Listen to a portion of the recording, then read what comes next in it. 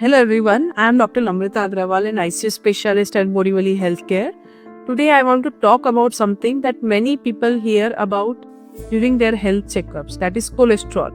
We often see reports with high cholesterol written on them, but very few people understand what it actually means and more importantly what it does inside your arteries or your cortex. So let us discuss. What is cholesterol? Cholesterol is actually a type of fat that our body needs, but in very small amounts. It helps in making hormones, vitamin D, and even the structure of our cells. So cholesterol by itself is not bad.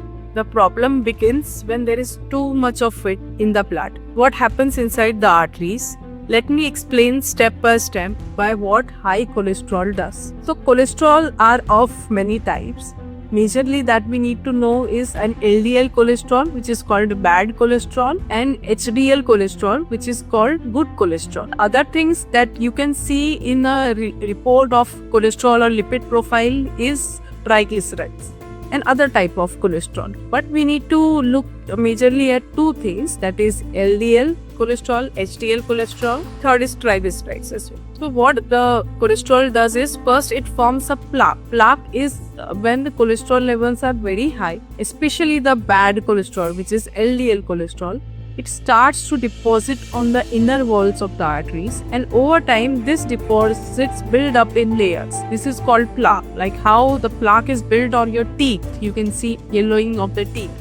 That is same as how the cholesterol or the film that is being formed inside the arteries. Now because of this plaque formation, there is a narrowing inside the arteries. So plaque build up inside the arteries and it becomes narrower. So think of it is like a dirt inside a water pipe. The flow becomes restricted because the lumen of the artery becomes restricted on the smaller insides. So in the body, this means less blood and oxygen can reach vital organs like heart and brain. Because of this reduced blood flow, there is an excess strain on the heart and the heart has to pump harder to push the blood through.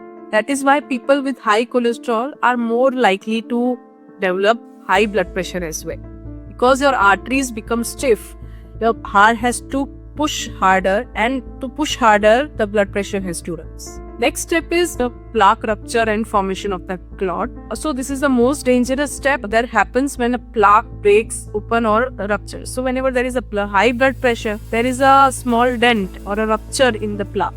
So this rupture is considered by the body as the bleeding or endocalyx. We would say that is exposed, and the body tries to heal it by forming a blood clot. So that clot can suddenly block the artery completely. There is a narrowing of the artery, and on top of that a clot being formed, it can lead to 90% to 100% block also. So this is the most deadly step. If this happens in the artery of the heart, it causes a heart attack. And if it happens in the artery in the brain, it is called a stroke. So this is a life-threatening condition and you need to rush to the hospital immediately if this happens. Now why it is life-threatening? It is life-threatening because this process doesn't happen overnight. It silently develops over years without any symptoms. That is why high blood pressure, high cholesterol, diabetes, these are all called silent killers because they eat your body from inside very silently, and it can take months or years to have its effect. So by the time the patient feels chest pain, breathlessness, weakness, paralysis, the damage has already advanced. So that is why the window period is very important.